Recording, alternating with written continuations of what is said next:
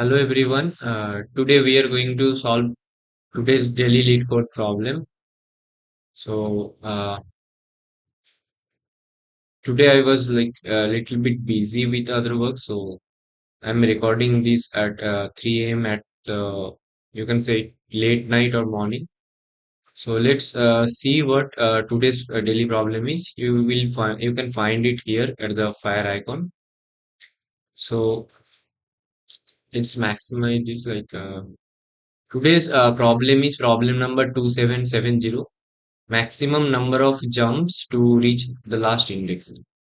So, what the problem statement says, you are given a zero index array nums of n integers and an integer target.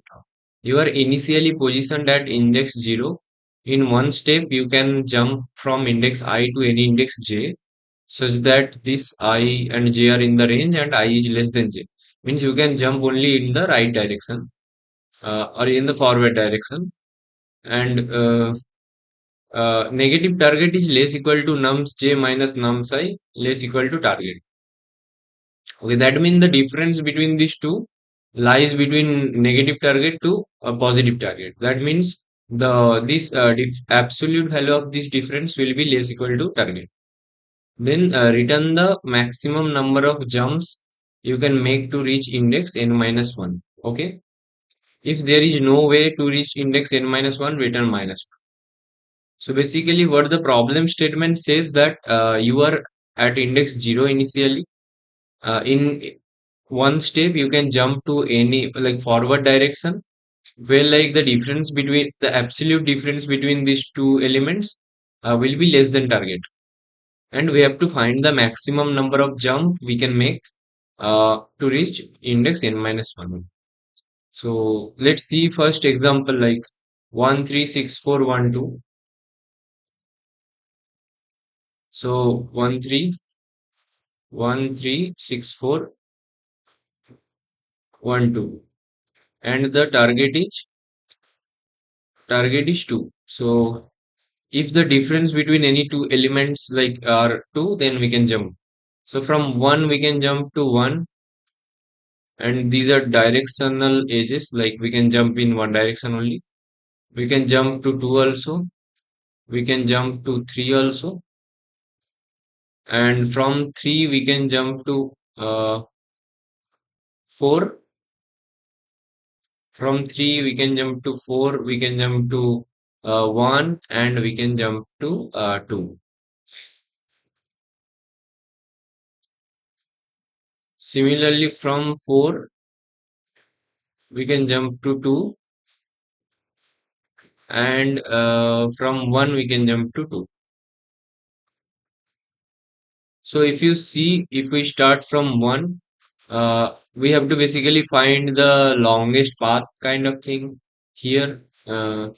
So from 1 to 3 you can jump here, then from here, then here. So uh, in this way we can jump uh, three three jumps. We can make three jumps from 1 to 3, then 3 to 1, then 2. Or also similar, you can do 1 to 3, then 3 to 4, then 4 to 2. So how can we find that? uh, Previously I also said like how we think the problems that if there is a graph problem and we have to find some maximum or minimum, some path thing, and if the graph doesn't contain any cycle, we can apply dynamic programming on it. And if basically if it is a DAG, directed acyclic graph, then we can use direct DP here. And if the graph contains any cycle, then that uh, will like we can solve that problem with some graph algorithm. So here, as the graph is acyclic, also directed, so it's a DAG, so we can apply DP here. So what will we do? The idea is very simple and straightforward, that initially we will initialize all the elements with -1. So DP will store what is the definition of the DP then? Definition of the DP is maximum number of steps we can make to reach current element. So here dp. So initially everything is -1 because initially we can't reach to anything. So we will denoting this with -1. Now we will make this first value to 0 because we are standing on it and we have taken 0 steps. Now from 1 we will consider every element that if we can jump or not. If we can jump, we will just update the value from current index. Like from 1 we can jump to 3, we can jump to 1 and we can jump to 2. So we have already reached 1 with maximum steps 0. So we can reach to 3 also with 0 plus 1 step, that is 1. And also here also we can reach from 1, so in one step, and in 2 we can reach in one step. So now from 3 we can see that we can reach 3 at one step. So from 3 we can jump to 1, 2 and 4. So we will update the value here. We can reach 3 at one step. So we can reach also 4 to 1 plus 1, that is 2 step. We can reach 1 at 2 step, and similarly here at 2 step. And next, if you see 6, as the initial value of 6 is -1, that means we can't reach to 6 in any way. So we won't consider any path. Like there might be some path from here, but as we are unable to reach this current node, so we won't also able to move forward. So we will just ignore this. Next, we will consider 4. So we can reach 4 at 2 steps. So from 4 we can reach to 2. So that will take 3 steps. So we will update this value with 3. Also we can reach from 1 to 2. So from 1 we will just update the value to 3, but as the maximum value is already 3, so we won't update it. So the code part is simple. What we will do in the coding, we will initialize the DP with -1, all the values. Then we will set the initial value to 0 because we are standing at 0 index with 0 steps. After that, we will take every element index one by one, and then for all the index situated right of it, because the we can jump only in the forward direction. So we will check that if the absolute difference is less or equal to target or not. If it is less, then we can make a jump, and if we can make a jump, then we will just update the forward dp value uh, with the best answer. Like if it the answer containing is already better than the current answer, then we won't update it, and otherwise we will update it. And lastly, we will just return this value of this minus, like last index. So let's code this.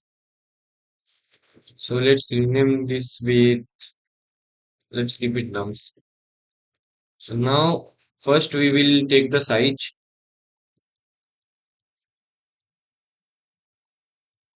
of the array. Then we will initialize the dp of size n with -1. So what is the definition of this dp? So dp of I basically maximum number of steps we can make to reach index I. So dp of I is the maximum number of steps we can make to reach index I. And if dpi is minus one, what does that mean? That mean we can't we aren't able to reach index I. So now we will just set the initial value with 0 because we have 0 step. Then we will consider each index one by one. So then we will just check that if dp of I is equal to minus 1, we will just continue. Why? Because like if dp of I is minus 1, then let's make it here. Then we are not able to reach index I. So if we can't able to reach index I, we also can't able to move forward from that index. And after that, we will just consider all the index after this and j less than n j plus plus. What we will do, first we will check that if the difference, absolute difference, if the absolute difference between nums I minus nums j is less equal to target, then we will update the dp of j equal to maximum of dp of j comma dp of I plus 1. Why? Because dp of j is the maximum steps we need to reach index j, and as we have already reached index I with maximum steps of dp of I, so we need extra one step to reach there. And lastly, we will just return dp of n minus 1. So if I run this on the samples, it should pass. It passed already. Let's run in the main test case. So it got accepted. Also, we got one LeetCode coin here. So let's analyze the time complexity for this. We are using two simple for loops. So the time complexity will be order of n square. Here, time complexity is order of n square. And for space complexity, we are using a dp vector here. So it will be order of n. So time complexity is quadratic and space complexity is linear. So if you see the constant here, the constant also are very low. So that's why it got accepted. So while attempting any question, like you have to understand the logic and also think that uh, in which by which topic or which concept you can solve this. You also should notice the constant here. Like constant can also hint the time complexity of the, like the expected time complexity of the problem. As we can see that the time constant are very low, so we can think about quadratic or like cubic, not cubic, quadratic or some kind of that time complexity. So that's all for today. Let me know in the comment like uh, how you uh, frame the problem and what was your thought process. So thank you.